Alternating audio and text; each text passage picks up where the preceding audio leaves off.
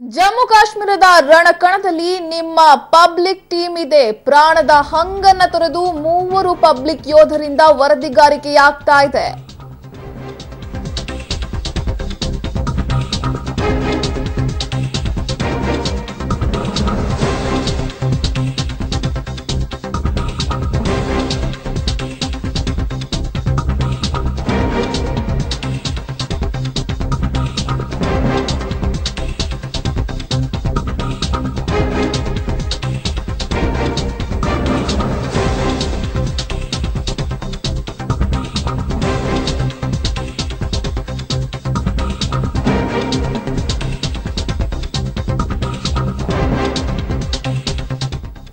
ಜಮ್ಮು ಕಾಶ್ಮೀರದ ರಣಕಣದಲ್ಲಿ ನಿಮ್ಮ public team ಕಳೆದ 3-4 ದಿನಗಳಿಂದಲೂ ಕೂಡ ವರದಿಗಾರಿಕೆಯನ್ನ ಕೊಡ್ತಾ ಇದೆ. ಯಾವ ರೀತಿಯಲ್ಲಿ ಯೋಧರು ಕಷ್ಟವನ್ನ ಪಡ್ತಾ ಇದ್ದಾರೆ, ಹಗಲೆನ್ನದೆ, ರಾತ್ರಿ ಎನ್ನದೆ, ಚಳಿ ಎನ್ನದೆ, ಮಳಿ ಎನ್ನದೆ, ಗಾಳಿ ಎನ್ನದೆ, ಯಾವ ರೀತಿಯಲ್ಲಿ ಅವರು ದೇಶವನ್ನ ಕಾಯ್ತಾ ಇದ್ದಾರೆ ಅಂತ ಹೇಳಿ ಪ್ರಾಣದ ಹಂಗನ್ನ ತೊರೆದು ಇದೀಗ 3 ಪಬ್ಲಿಕ್ ಯೋಧರಿಂದ ವರದಿಗಾರಿಕೆ ಕಳೆದ 3-4 ದಿನಗಳಿಂದ ಆಗ್ತಾ ಇದೆ.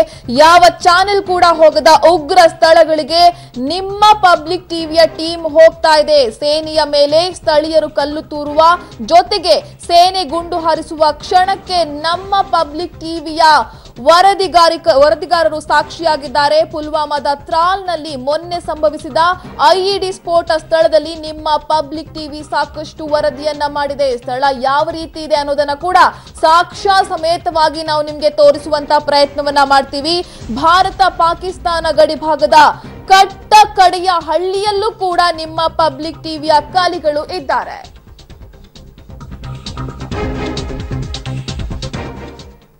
ಕಾಶ್ಮೀರದ ಸೋಪೂರ್ ಜಿಲ್ಲೆಯ ಶಿಮ್ಲಾ ಗ್ರಾಮದಲ್ಲಿ ಇವತ್ತು ಸೇನೆ ಮತ್ತು ಸ್ಥಳೀಯರ ನಡುವೆ ಘರ್ಷಣೆ ಸಂಭವಿಸಿದೆ. ಕೂಂಬಿಂಗ್ ನಡೆಸಲು ಹೋದ ಸೇನೆಯ ಮೇಲೆ ಸ್ಥಳೀಯ ಯುವಕರು ಕಲ್ಲು ತೂರಾಟವನ್ನ ಮಾಡಿದ್ದಾರೆ. ಇದಕ್ಕೆ ಪ್ರತಿಯಾಗಿ ಸೈನಿಕರು ಗಾಳಿಯಲ್ಲಿ ಗುಂಡನ್ನ ಹಾರಿಸಿದ್ದಾರೆ. ಈ ಪ್ರತಿದಾಳಿಯ ಕ್ಷಣಕ್ಕೆ ನಿಮ್ಮ ಪಬ್ಲಿಕ್ ಟಿವಿ ಸಾಕ್ಷಿಯಾಗಿದೆ. ಶಿಮ್ಲಾ ಗ್ರಾಮದಿಂದ ನಮ್ಮ ಪ್ರತಿನಿಧಿ ಕೆಪಿ ನಾಗರಾಜ್ ನೀಡಿರುವ ಪ್ರತ್ಯಕ್ಷ ವರದಿ ಇಲ್ಲಿದೆ ನೋಡಿ. ಈ ಭಾಗದ ಸೈನಿಕರಿಗೆ ಅಂದ್ರೆ ನೇರವಾಗಿ ಇಲ್ಲಿರುವಂತಹ ಭಾಗದ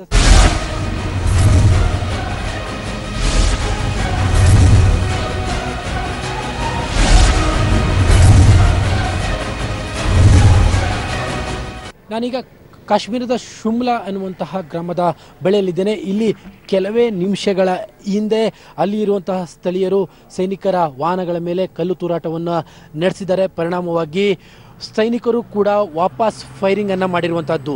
ಮತ್ತೊಂದು ಭಾಗದಲ್ಲಿ ಈ ಗ್ರಾಮದ ಆ ಭಾಗದಲ್ಲಿ ಸಂಪೂರ್ಣವಾಗಿ ಒಳಭಾಗದಲ್ಲಿ ಅಲ್ಲಿ ನಿಂತಿರುವಂತಹ ಜನರು ನೇರವಾಗಿ ಕಲ್ಲುಗಳನ್ನು ಈ ಭಾಗಕ್ಕೆ ತೂರ್ತಾ ಇರುವಂತಹದ್ದು. ಹಾಗಾಗಿಯೇ ಈ ಭಾಗದಲ್ಲಿ ಸಶಸ್ತ್ರ ಪಡೆಯ ಸೇನೆಯ ಯೋಧರು ಎಲ್ಲರೂ ಕೂಡ ಸಂಪೂರ್ಣವಾಗಿ ಶಸ್ತ್ರಸಜ್ಜಿತರಾಗಿ ನಿಂತಿದ್ದಾರೆ. ಅವರ ಕೈಲಿರುವಂತಹ ವೆಪನ್ಸ್ ಎಲ್ಲದೂ ಕೂಡ ನೋಡ್ತಾ ಇದ್ದೀರಿ. ಮತ್ತೊಂದು ಕಡೆಯಲ್ಲಿ ಆ ಭಾಗದಿಂದ ಕಲ್ಲುಗಳು ಈ ಭಾಗಕ್ಕೆ ಬೀಳ್ತಾ ಇದ್ದಾವೆ. ಹೀಗಾಗಿ ಎಲ್ಲರ ಕೈಲೂ ಕೂಡ ರೈಫಲ್ಗಳಿದ್ದಾವೆ ಮತ್ತು ಇಲ್ಲಿ ಇದು ಎಲ್ಲದೂ ಕೂಡ ಅವರು ಹೊಡೆದಿರುವಂತಹ ಕಲ್ಲುಗಳು, ಅಂದರೆ ಈ ಭಾಗದ ಸ್ಥಳೀಯರು ಹೊಡೆದಿರುವಂತಹ ಕಲ್ಲಿನ ಪರಿಣಾಮವಾಗಿ ಈ ರೀತಿಯಾಗಿ ಸಂಪೂರ್ಣವಾಗಿ ಡ್ಯಾಮೇಜ್ಗಳಾಗಿದ್ದಾವೆ ಮತ್ತು ವಾಪಸ್ ಫೈರಿಂಗ್ ಅನ್ನು ಕೂಡ ನಮ್ಮ ಯೋಧರು ಮಾಡಿರುವಂತಹದ್ದು. ಇಲ್ಲಿ ಬಹುತೇಕ ಅನೇಕ ಸಂದರ್ಭದಲ್ಲೂ ಕೂಡ ಈ ರೀತಿಯಾಗಿ ಸ್ಥಳೀಯರಿಂದ ಕಲ್ಲು ತೂರಾಟಗಳು ನಡೆಯುವಂತಹದ್ದು ನೀವು ಗಮನಿಸ್ತಾ ಇರ್ತೀರಿ. ಹೀಗಾಗಿಯೇ ಈ ರೀತಿಯಾಗಿ ಅವರ ಮೇಲೆ ವಾಪಸ್ ಫೈರಿಂಗ್ ಮಾಡುವಂತಹ ಕೆಲಸವನ್ನು ಕೂಡ ನಮ್ಮ ಸೇನೆಯ ಯೋಧರು ಕೂಡ ಮಾಡ್ತಾ ಇದ್ದಾರೆ. ನೀವು ಮತ್ತೊಂದು ಭಾಗದಲ್ಲಿ ಕಾಣ್ತಾ ಇದ್ದೀರಿ. ಆ ಭಾಗದಲ್ಲಿ ಅಂದರೆ ಅಲ್ಲಿಂದ ಬರ್ತಾ ಇರುವಂತಹದ್ದು ಕಲ್ಲುಗಳು, ಅಲ್ಲಿರುವಂತಹ ಸ್ಥಳೀಯರನ್ನು ಕೂಡ ನೀವು ಗಮನಿಸ್ತಾ ಇದ್ದೀರಿ. ಅಲ್ಲಿಂದ ಈ ಭಾಗದ ಸೈನಿಕರಿಗೆ ಅಂದ್ರೆ ನೇರವಾಗಿ ಇಲ್ಲಿರುವಂತಹ ಭಾಗದ ಸೈನಿಕರ ಮೇಲೆ ಕಲ್ಲುಗಳು ಬರುವಂತಹದ್ದು. ಅವರು ಮುಖಗಳನ್ನ ಮುಚ್ಕೊಂಡು ಬರ್ತಾ ಇದ್ದಾರೆ. ನೀವೀಗ ಗಮನಿಸ್ತಾ ಇದ್ದೀರಿ. ಸಂಪೂರ್ಣವಾಗಿ ಮುಖಗಳನ್ನ ಮುಚ್ಕೊಂಡು ಬಂದು ನೇರವಾಗಿ ನಮ್ಮ ಸೈನಿಕರ ಮೇಲೆ ದಾಳಿಯನ್ನು ನಡೆಸುವಂಥದ್ದು. ಮತ್ತೊಂದು ಭಾಗದಲ್ಲಿ ನೀವೀಗ ಮತ್ತೊಂದು ಭಾಗದಲ್ಲೂ ಕೂಡ ನೋಡ್ತಾ ಇದ್ದೀರಿ. ಆ ಭಾಗದಿಂದಲೂ ಕೂಡ ಕಲ್ಲುಗಳನ್ನು ಎಸೆಯುವಂತಹ ಕೆಲಸವನ್ನ ಈ ಭಾಗದ ಸ್ಥಳೀಯರು ಮಾಡ್ತಾರೆ.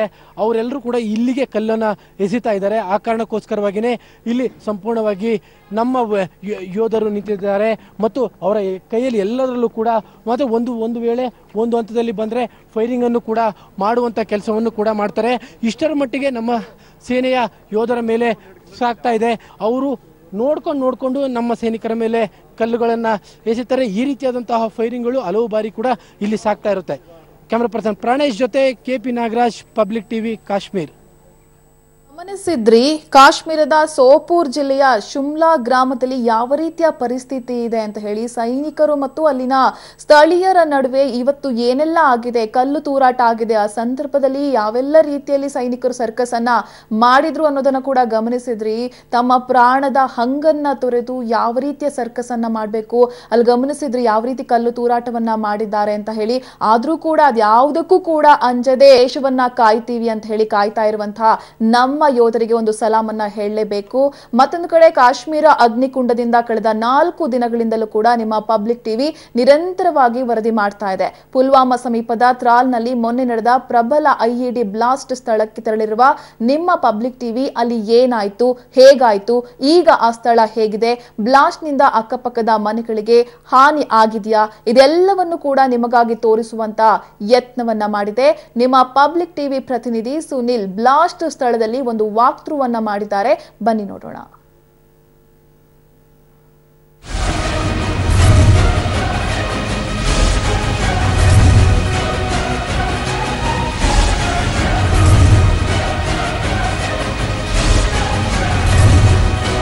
ನಾನಿವಾಗ ಪುಲ್ವಾಮಾದಿಂದ ಸ್ವಲ್ಪ ದೂರದಲ್ಲಿ ಅಂದರೆ ಕೇವಲ 4 ಕಿಲೋಮೀಟರ್ ದೂರದಲ್ಲಿರ್ತಕ್ಕಂಥ ಅಮ್ಲರ್ ಅನ್ನೋ ಒಂದು ಗ್ರಾಮದಲ್ಲಿದ್ದೀನಿ. ನೀವು ನೋಡ್ತಾ ಇದ್ದೀರಾ, ನಿನ್ನೆ ಬೆಳಗಿನ ಜಾವ 3 ಗಂಟೆಗೆ ಒಂದು ಪ್ರಬಲವಾದಂಥ ಒಂದು LED ಬ್ಲಾಸ್ಟ್ ಆಗಿತ್ತು. ಆ ಜಾಗದಿಂದ ನಾನು ನೇರವಾಗಿ ನಿಮಗೆ ವರದಿಯನ್ನು ಕೊಡ್ತಾ ಇದ್ದೀನಿ. ಆ ಒಂದು ಬ್ಲಾಸ್ಟ್ ಆಗಿರ್ತಕ್ಕಂಥ ಜಾಗವನ್ನು ಕೂಡ ನಿಮಗೆ ತೋರಿಸ್ತಾ ಇದ್ದೀನಿ.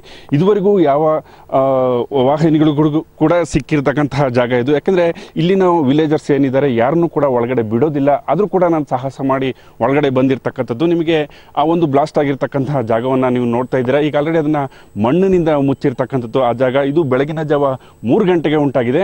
ಇಲ್ಲಿ ಈ ಒಂದು ಗುಡ್ಡಗಾಡಿ ಪ್ರದೇಶದಲ್ಲಿ ಯಾಕಪ್ಪ ಬ್ಲಾಸ್ಟ್ ಆಯಿತು ಅಂತಂದ್ರೆ ಇಲ್ಲಿನ ಒಂದು ಮಿಲಿಟೆಂಟ್ಸ್ ಅವಾಗವಾಗ ಇಲ್ಲಿಂದ ಸ್ವಲ್ಪ ಮೇಲ್ಗಡೆ ಇರ್ತಕ್ಕಂಥ ಒಂದು ಅವರ ಒಂದು ಏನು ಏರ್ ಬೇಸ್ ಇದೆ, ಕೆಲವೊಂದು ಜಾಗಗಳಿಗೆ ಅವಾಗ ಮಿಲಿಟರಿ ಅವರು ಒಂದು ಓಡಾಡ್ತಿರ್ತಾರೆ. ಆ ಒಂದು ಮಿಲಿಟರಿ ಅವರನ್ನು ಗುರಿಯಾಗಿ ಇಟ್ಕೊಂಡು ಈ ಒಂದು ಬ್ಲಾಸ್ಟ್ ಮಾಡಿದ್ದಾರೆ ಅಂತ ಹೇಳಲಾಗಿದೆ. ಆದರೆ ಮಿಲಿಟರಿ ಅವರು ಬರೋದಕ್ಕೆ ಕೊಂಚ ತಡ ಆಗಿರೋದ್ರಿಂದ ಅದು ಬೇಗನೆ ಒಂದು ಬ್ಲಾಸ್ಟ್ ಆಗಿರ್ತಕ್ಕಂಥದ್ದು. ಇಲ್ಲಿ ಯಾವುದೇ ರೀತಿಯಾದಂಥ ಪ್ರಾಣ ಹಾನಿ ಆಗಿಲ್ಲ. ಯಾಕಂದರೆ ಇದು ಜನನಿ ಬೀಡವಾದಂಥ ಒಂದು ಪ್ರದೇಶ ಅಲ್ಲ, ಕೇವಲ ಇದ್ರ ಪಕ್ಕದಲ್ಲಿರ್ತಕ್ಕಂಥ ಮನೆಗೆ ಹಾನಿಯಾಗಿರ್ತಕ್ಕಂಥದ್ದು. ನೀವು ನೋಡ್ತಾ ಇದ್ದೀರಾ, ಅಲ್ಲಿ ಏನು ಶೆಡ್ಗಳು ಹಾಕಿದ್ದಾರೆ, ಮನೆಗೆ ಕಾಂಪೌಂಡ್ ಹಾಕ್ಲಿಕ್ಕೆ ಏನು ಶೆಡ್ಗಳಾಗಿದ್ದಾರೆ, ಆ ಶೆಡ್ಗಳು ಬಿದ್ದಿರ್ತಕ್ಕಂಥದ್ದು ಮತ್ತು ಮನೆಗೂ ಕೂಡ ಸ್ವಲ್ಪ ಹಾನಿಯಾಗಿರ್ತಕ್ಕಂಥದ್ದು. ಈಗ ಆಲ್ರೆಡಿ ಇಲ್ಲಿನ ಒಂದು ಜಮ್ಮು ಆ್ಯಂಡ್ ಕಾಶ್ಮೀರ್ ಪೊಲೀಸ್ನವರು ಏನಿದ್ದಾರೆ ಅವರು ಬಂದು ಇಲ್ಲಿ ಬ್ಲಾಸ್ಟ್ ಆಗಿರ್ತಕ್ಕಂಥದ್ದನ್ನು ಎನ್ಕ್ವೈರಿ ಮಾಡಿಕೊಂಡು ಹೋಗಿದ್ದಾರೆ. ಮತ್ತು ನೆಕ್ಸ್ಟ್ ಇಲ್ಲಿ ಯಾರು ಈ ಒಂದು ಬ್ಲಾಸ್ಟ್ಗೆ ಕಾರಣ, ಯಾವ ಸಂಘಟನೆ ಈ ಒಂದು ಬ್ಲಾಸ್ಟ್ ಮಾಡಿದ್ದಾರೆ ಅನ್ನೋದು ಇದುವರೆಗೂ ಕೂಡ ಗೊತ್ತಾಗಿಲ್ಲ. ಇದನ್ನು ಇನ್ನೂ ಕೂಡ ತನಿಖೆ ಮೂಲಕ ಬೆಳಕಿಗೆ ಬರಬೇಕಾಗಿದೆ.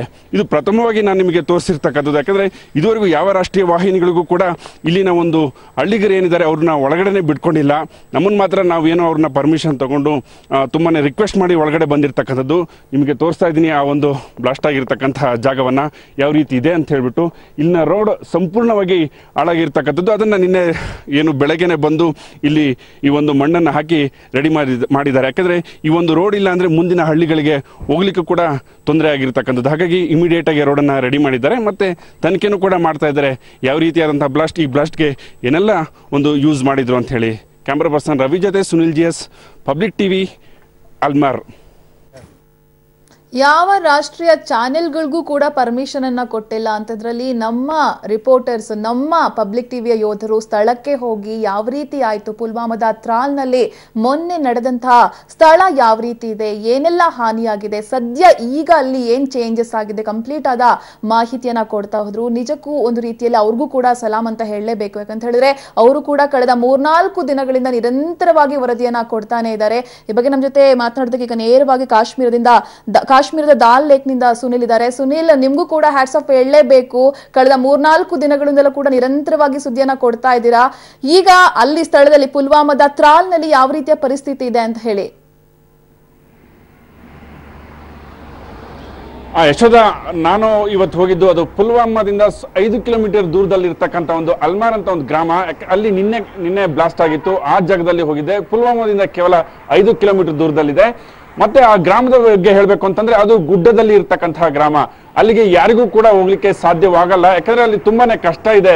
ಒಂದು ವಾಹನಗಳು ಹೋಗ್ಬೇಕಾದ್ರೂ, ಜನ ಹೋಗ್ಬೇಕಾದ್ರೂ ಕೂಡ ತುಂಬಾ ಕಷ್ಟ ಇದೆ. ಅಲ್ಲಿ ಒಂದು ಬ್ಲಾಸ್ಟ್ ನಡೆದಿರ್ತಕ್ಕಂಥದ್ದು. ಅಲ್ಲಿ ಪ್ರಮುಖವಾಗಿ ಆ ಗುಡ್ಡಗಾಡು ಪ್ರದೇಶದಲ್ಲಿ ಯಾಕಪ್ಪ ಬ್ಲಾಸ್ಟ್ ನಡೀತು ಅಂತಂದ್ರೆ ಆ ಗುಡ್ಡದ ಮೇಲ್ಗಡೆ ಮಿಲಿಟೆಂಟ್ಸ್ ಕ್ಯಾಂಪ್ ಇದೆ, ಆರ್ಮಿ ಕ್ಯಾಂಪ್ ಇದೆ, ಅಲ್ಲಿ ಆರ್ಮಿ ವೆಹಿಕಲ್ಗಳು ಓಡಾಡ್ತವೆ. ಆ ಆರ್ಮಿ ವೆಹಿಕಲ್ಗಳನ್ನ ಗುರಿಯಾಗಿ ಇಟ್ಕೊಂಡು ಅಲ್ಲಿ ಒಂದು ಬಾಂಬ್ ಬ್ಲಾಸ್ಟ್ ಮಾಡಿದ್ದಾರೆ. ಆದ್ರೆ ಅದೃಷ್ಟವಶಾತ್ ಆ ಒಂದು ಸಮಯದಲ್ಲಿ ಯಾವುದೇ ಆರ್ಮಿ ವೆಹಿಕಲ್ಗಳು ಅಲ್ಲಿ ಬರಲೇ ಇಲ್ಲ. ಹಾಗಾಗಿ ಆ ಬ್ಲಾಸ್ಟ್ ಆಗಿರೋದ್ರಿಂದ ಯಾವುದೇ ರೀತಿಯಾದಂತಹ ಒಂದು ಪ್ರಾಣಾಪಾಯ ಆಗಿಲ್ಲ ಅಂತ ಹೇಳ್ಬೋದು. ಮತ್ತೆ ಇನ್ನೊಂದು ಕಾಶ್ಮೀರದಲ್ಲಿ ಹೇಳ್ಬೇಕಪ್ಪ ಅಂತಂದ್ರೆ ಇಲ್ಲೆಲ್ರಿಗೂ ಕೂಡ ಒಂದು ಸುದ್ದಿವಾಹಿನಿಗಳ ಮೇಲೆ ತುಂಬಾನೇ ಕೋಪ ಇದೆ. ನೀವು ನಮ್ಮ ಬಗ್ಗೆ ಒಳ್ಳೇದನ್ನ ತೋರಿಸೋದಿಲ್ಲ, ತುಂಬಾ ಕೆಟ್ಟದಾಗಿ ತೋರಿಸ್ತೀರಾ, ಹಾಗಾಗಿ ನಮಗೆ ತುಂಬಾ ಬೇಜಾರಿದೆ ಅಂತ ಹೇಳ್ಬಿಡ್ತಾರೆ. ಮತ್ತೆ ಕೆಲವರು ಗ್ರಾಮದೊಳಗಡೆ ಸುದ್ದಿವಾಹಿನಿಗಳನ್ನ ಅಲೋ ಕೂಡ ಮಾಡೋದಿಲ್ಲ, ಅಲ್ಲಿಂದ ಆಚೆಗೆ ಕಳಿಸ್ಬಿಡ್ತಾರೆ. ಇಲ್ಲ ಅಕಸ್ಮಾತ್ ಆಗಿ ನಾವು ಎಂಟ್ರಿ ಕೊಟ್ಟು ಬಂದ್ವಿ ಅಂತಂದ್ರು ಕೂಡ ನಮ್ಮನ್ನ ಓಡಿಸ್ಕೊಂಡು ಬರ್ತಾರೆ. ಅಷ್ಟೊಂದು ಸುದ್ದಿವಾಹಿನಿಗಳ ಮೇಲೆ ತುಂಬಾನೇ ಕೋಪ ಇದೆ. ಯಾಕಂದ್ರೆ ಅವ್ರು ಹೇಳೋದು ನೀವು ಏನೇನೋ ತೋರಿಸ್ತೀರಾ, ನಮ್ಗೆ ಇಲ್ಲಿ ಟೂರಿಸ್ಟ್ಗಳು ಬರೋದಿಲ್ಲ, ನಮ್ಮ ಒಂದು ಹೊಟ್ಟೆ ಮೇಲೆ ನೀವು ಹೊಡಿತೀರಾ, ಹಾಗಾಗಿ ನಮ್ಗೆ ಯಾವುದೇ ರೀತಿಯಲ್ಲೂ ಕೂಡ ಸುದ್ದಿವಾಹಿನಿಗಳ ಮೇಲೆ ನಂಬಿಕೆ ಇಲ್ಲ ಅನ್ನೋ ಒಂದು ಮಾತುಗಳನ್ನ ಹಳ್ಳಿಗರ ಜನನು ಹೇಳ್ತಾರೆ. ಮತ್ತೆ ಅಕ್ಕಪಕ್ಕದ ಎಲ್ಲರೂ ಕೂಡ ಎಲ್ಲದನ್ನು ಕೂಡ ಹೇಳ್ತಾರೆ. ನಾನು ಇವತ್ತು ಶ್ರೀನಗರದ ಸುಂದರವಾದಂತಹ ಒಂದು ದಾಲ್ ಲೇಕ್ ಬಳಿ ಇದ್ದೀನಿ. ನೀವು ನೋಡ್ತಾ ಇದ್ದೀರಾ, ಈ ಒಂದು ದಾಲ್ ಲೇಕ್ ಒಂದು ಜಮ್ಮು ಕಾಶ್ಮೀರದ ಪ್ರಸಿದ್ಧವಾದಂತಹ ಒಂದು ಲೇಕ್, ಪ್ರವಾಸಿಗರಿಂದ ಸದಾ ತುಂಬಿ ತುಳುಕುತ್ತಿದ್ದಂತಹ ಒಂದು ದಾಲ್ ಲೇಕ್ ಇದು. ಆದ್ರೆ ಇವತ್ತು ನೀವು ನೋಡ್ತಾ ಇದ್ದೀರಾ, ಎಲ್ಲೂ ಕೂಡ ನಿಮಗೆ ಪ್ರವಾಸಿಗರು ಕಾಣೋದಿಲ್ಲ. ದಾಲ್ ಲೇಕ್ ಪೂರ್ತಿ ಖಾಲಿಯಾಗಿದೆ. ಅಲ್ಲಲ್ಲೇ ದೋಣಿಗಳು ಕೂಡ ನಿಂತ್ಕೊಂಡಿದೆ. ಯಾಕಂದ್ರೆ ಕಳೆದ ಒಂದು ಕೆಲವು ದಿನಗಳಿಂದ ನೀವು ಪಾಕಿಸ್ತಾನ ಮತ್ತೆ ಭಾರತದ ಮೇಲೆ ಏನು ಒಂದು ಯುದ್ಧ ಕಾರ್ಮೋಡ ಕವಿದಿದೆ.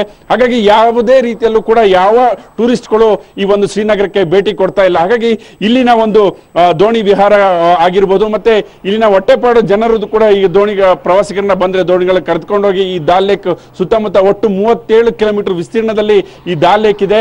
ಈ ದಾಲ್ ಲೇಕ್ ಮೇಲ್ಗಡೆ ನೀವು ಸುಂದರ ಪರಿಸರವನ್ನು ನೀವು ನೋಡ್ತಾ ಇದ್ದೀರಾ. ಗುಡ್ಡದ ಮೇಲೆ ಅಲ್ಲಿ ಒಂದು ಸ್ನೋ ಇರ್ತಕ್ಕಂಥದ್ದು ಸುಂದರವಾದಂತಹ ಒಂದು ಪರಿಸರ ಇದು. ಇದನ್ನು ಕೂಡ ಜನ ನೋಡ್ಲಿಕ್ಕೆ ಬರ್ತಾ ಇಲ್ಲ ಅಂತಂದ್ರೆ ಯಾವ ರೀತಿಯಾದಂತಹ ಒಂದು ಭೀತಿ ಪ್ರವಾಸಿಗರ ಮೇಲೆ ಇದೆ ಅನ್ನೋದನ್ನ ನೀವು ನೋಡ್ತಾ ಇದ್ದೀರಾ. ಹಾಗಾಗಿ ಇಲ್ಲಿನ ಜನ ಬಯಸೋದೊಂದೇ, ಪ್ರವಾಸಿಗರು ಬಂದ್ರೆ ನಮ್ಮ ಜೀವನ ನಡೆಯುತ್ತೆ. ಹಾಗಾಗಿ ನೀವು ಒಳ್ಳೆದನ್ನ ತೋರಿಸಿ, ಹಾಗಾದ್ರೆ ಮಾತ್ರ ನಿಮ್ಮೆಲ್ರಿಗೂ ಕೂಡ ನಿಮ್ಮನ್ನ ವೆಲ್ಕಮ್ ಮಾಡ್ತೀವಿ ಅನ್ನೋ ಮಾತುಗಳನ್ನ ಹೇಳ್ತಾರೆ ಯಶೋಧ. ಹೆಂಗ್ ಹೋದ್ರಿ ಅಂತ ಹೇಳಿ ನೀವು ಪುಲ್ವಾಮಾದ ತ್ರಾಲ್ಗೆ ಈಗ ರಾಷ್ಟ್ರೀಯ ಯಾವ ಚಾನೆಲ್ನ ಕೂಡ ಬಿಟ್ಟಿಲ್ಲ, ಬಟ್ ನೀವು ಇಲ್ಲಿಯ ಒಂದು ಕರ್ನಾಟಕದ ಚಾನೆಲ್ ಹೇಗ್ ಬಿಟ್ರು ನಿಮ್ನ ಅಂತ ಹೇಳಿ? ಖಂಡಿತ ಯಶೋಧ, ಯಾಕಂದ್ರೆ ನಮ್ಮ ಜೊತೆಗೆ ಇದ್ದಂತಹ ನಮ್ಮ ಡ್ರೈವರ್ ಏನಿದ್ರು ಅವರು ಅವ್ರದೇ ಭಾಷೆಯಲ್ಲಿ ಅವ್ರನ್ನ ಸಮಾಧಾನ ಪಡಿಸ್ಲಿಕ್ಕೆ ಟ್ರೈ ಮಾಡಿದ್ರು. ಆದ್ರೂ ಕೂಡ ಅವ್ರು ಒಪ್ಕೊಳ್ಳಿಲ್ಲ. ಆಮೇಲೆ ನಾವು ನಮ್ಮ ID ಕಾರ್ಡ್ ಅನ್ನ ತೋರಿಸಿ, ನಾವು ಕರ್ನಾಟಕದವರು, ನ್ಯಾಷನಲ್ ಅಂದ್ರೆ ರಾಷ್ಟ್ರೀಯ ಮೀಡಿಯಾ ಅಲ್ಲ, ನಮ್ದು ಲೋಕಲ್ ಚಾನಲ್, ಕರ್ನಾಟಕದಲ್ಲಿ ನಿಮ್ಮ ಬಗ್ಗೆ ಒಂದು ಒಳ್ಳೆದನ್ನ ತೋರಿಸ್ತೀವಿ, ಅಲ್ಲಿನ ಜನ ಇಲ್ಲಿಗೆ ಒಂದು ಕಾಶ್ಮೀರವನ್ನ ನೋಡ್ಬೇಕು, ಹಾಗಾಗಿ ಒಂದು ಒಳ್ಳೆಯ ಉದ್ದೇಶದಿಂದ ನಾವು ಬಂದಿದೀವಿ ಅಂತ ಹೇಳ್ಬಿಟ್ಟು ಅವ್ರನ್ನ ಒಂದು ಕನ್ವಿನ್ಸ್ ಮಾಡಿದ್ವಿ. ಅವ್ರ ಜೊತೆ ಒಂದು 10 ನಿಮಿಷ ಮಾತನಾಡಿದ್ವಿ. ಅದಾದ್ಮೇಲೆ ಅವರು ನಮ್ಮ ಮೇಲೆ ಒಂದು ವಿಶ್ವಾಸವಿಟ್ಟು ಆ ಸ್ಥಳಕ್ಕೆ ಕರ್ಕೊಂಡು ಹೋದ್ರು. ಯಾಕಂದ್ರೆ ಆ ಸ್ಥಳ ತುಂಬಾನೇ ದೂರ ಇದೆ, ಅಲ್ಲಿ ಹೋಗ್ಲಿಕ್ಕೂ ಕೂಡ ಸಾಧ್ಯ ಆಗೋದಿಲ್ಲ. ಯಾಕಂದ್ರೆ ಸಿಕ್ಕಾಪಟ್ಟೆ ನಿನ್ನೆ ರಾತ್ರಿ ಎಲ್ಲ ಮಳೆ ಬಂದಿತ್ತು, ರೋಡ್ ಕೂಡ ಹಾಳಾಗೋಗಿತ್ತು.